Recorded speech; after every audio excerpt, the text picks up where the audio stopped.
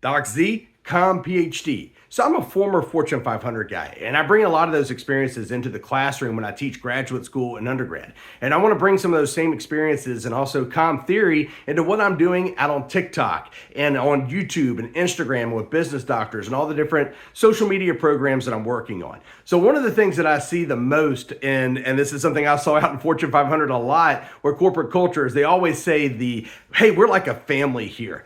And I got to tell you got to beware when they say we're like a family. Is that like a dysfunctional, crazy family? What kind of family is that? Because I never saw anything to where people were really, reaching out and trying to help you do your best at what your position was. I saw a lot of threats. I saw a lot of negativity. I saw a lot of negative leadership trying to force you into things. And that's what's interesting about a corporate culture. So I've been talking the past couple of videos about primary socialization and secondary socialization. Primary socialization being your family, that's where you get values. Secondary socialization being whatever social group that you're a member of, and that's where you're pulling new information, new values. So what happens when companies have an existing culture that's within, you tend to try to fit into that corporation. And sometimes you try to act a certain way, you try to be a certain way. I think about Chandler on Friends. Remember the work Chandler? He has the work laugh, and Monica doesn't like the work laugh with Doug, the boss. I think we're all guilty of that a little bit. We do what we can to fit in. It's almost like we're a character when we're at work. We're not us. We can't be us. I don't even know if us would be accepted at work.